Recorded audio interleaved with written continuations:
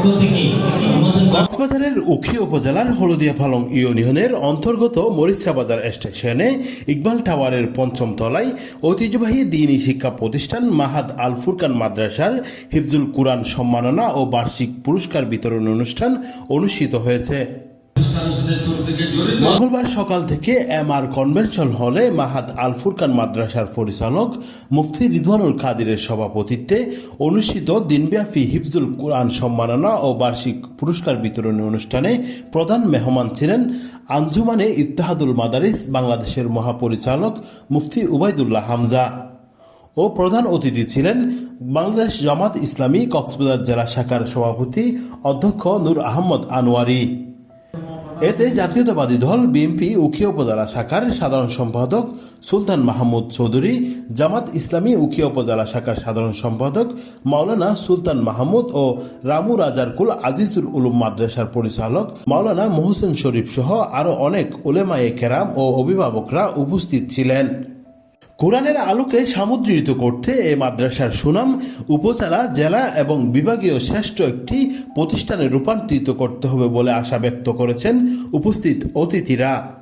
আমরা জানি মাহাদ আল ফুরকান মাত্র কয়েক বছর আগেই আমাদের বর্তমানে উখিয়ার একটি খুবই ব্যস্ততম শহর মরিচা বাজারে প্রতিষ্ঠিত হয়েছে এবং আমরা এই বিষয়টি ক্লিয়ার করতে চাই। আলহামদুলিল্লাহ আমরা কয়েকজন ভাই মিলে উদ্যোগ নিয়েছি যে একটা মাহাদ আল ফুরকান নামে মরিচা স্টেশনে প্রতিষ্ঠান করব, প্রাইভেট প্রতিষ্ঠান করব। তো যারা এই উদ্যোগটা নিয়েছে আপনারা সকলেই তাদেরকে চিনেন, ওনারা প্রত্যেকেই নিজ নিজ জায়গায় প্রতিষ্ঠিত। আলহামদুলিল্লাহ এই মাদ্রাসা হওয়ার পরে পর্যন্ত আমরা যে 5-6 জন উদ্যোক্তা আছে এই প্রতিষ্ঠানে, আমরা কেউ এই প্রতিষ্ঠান থেকে নিয়ে যে পরিবার চালাবো, আমি আমার ঘরের ব্যয় নির্বাহ করবো এমন কোনো মন মানসিকতা আমাদের ভিতরে ছিল না। আমাদের একমাত্র লক্ষ্য ছিল যে কুরআনুল কারীম আল্লাহ তাআলা দিয়েছেন বিশ্বের সব জায়গাকে আলোকিত করার জন্য। ফিকির ছাত্রদের মাঝে যেন সে মিশনটি তৈরি হয়। ছাত্র অবস্থা হিন্দি পড়বে, দাওরা হাদিস, মেশকাত অনেক কিছু পড়বে।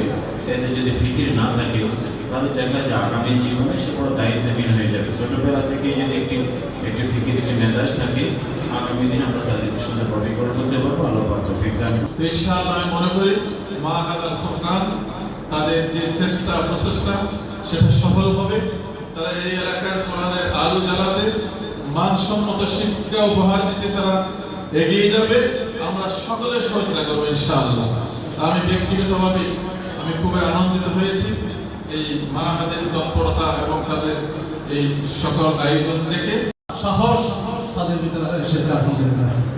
এটা প্রমাণ করে মাহাদ আল ফুরকানের পরিচালকবৃন্দ, দায়িত্বশীলবৃন্দ, শিক্ষকবৃন্দ, অভিভাবকবৃন্দ অত্যন্ত যেমন সচেতন তেমনি দায়িত্বশীল। আর প্রতিটি দায়িত্বশীলের বিষয়ে মহান আল্লাহ তাআলা মাসউল নিয়তের দায়িত্ব জিজ্ঞাসা করবেন, তেমনি এগিয়ে যেতে হবে।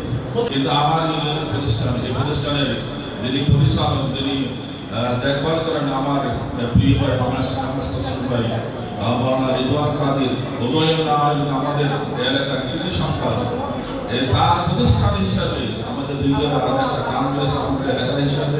এই প্রতিষ্ঠান নিজের আরো ভালো হলো। যিনি প্রচার করেছেন ছাত্রীর দূত নামে যিনি পরিচিত, যিনি আল-আমিন নামে পরিচিত ছিলেন সারা বিশ্বে, এখনো তার নীতি দর্শন নিয়ে আমরা চলতেছি।